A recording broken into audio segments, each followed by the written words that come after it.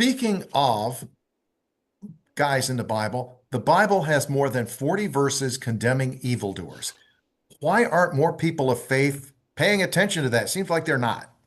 Because they're not hearing enough of the specificity of evil in the churches, synagogues, and mosques. I mean, look at the Islamic faith. I mean, there is a strain of Islam that says you can kill any infidel you want. I mean, come on. You gotta repudiate that if you're a sincere Muslim. And I go to mass every Sunday, try to. Very rarely does a priest give me anything that's contemporized. I mean, they're just telling me what I just read on the epistle and the gospels. They're not connecting it to modern life. And I don't know why. I talked to the priests about it, and I know they don't want to get in trouble and they don't want to say all right. But the reason that people of faith, as you put it, are not as aware, let's use that word, of evil, it's because it isn't emphasized to them. The media is totally secular. You're never going to get that from them unless it's Trump. Trump is evil. He's the devil. Okay. But the houses of worship should be concentrated on this, and they're not. I don't know why.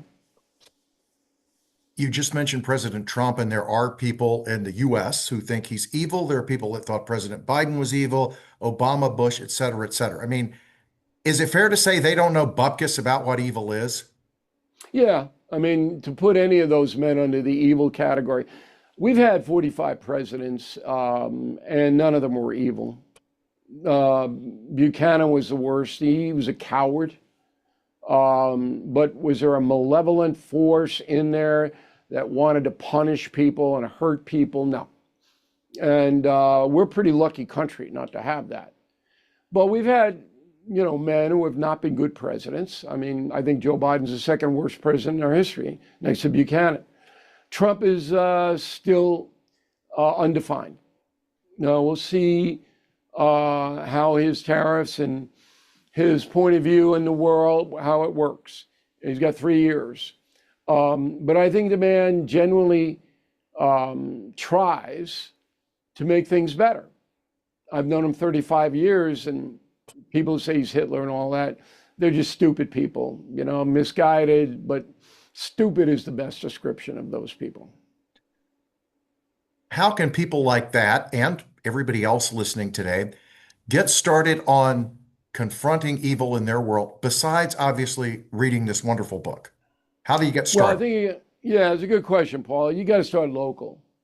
So if you see something in your town that's not right, then you got to get involved. I mean, you can go school board route, you can go discussion groups, you can get on the internet and bring attention, you can write letters, you can have a discussion with your congressperson. There's a whole bunch of avenues, but, form clubs, gatherings, maybe once a month, good people meet and say, look, here's a problem we have, let's try to solve it.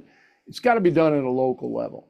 And it's definitely doable. And then if there's a problem in your own family, like the alleged assassin of Charlie Kirk, his father, a good man, deputy sheriff in Utah, I mean, he said to the press, look, I saw my son descend into madness because he's on the dark internet and he was buying all this garbage, and then all of a sudden he acted on it.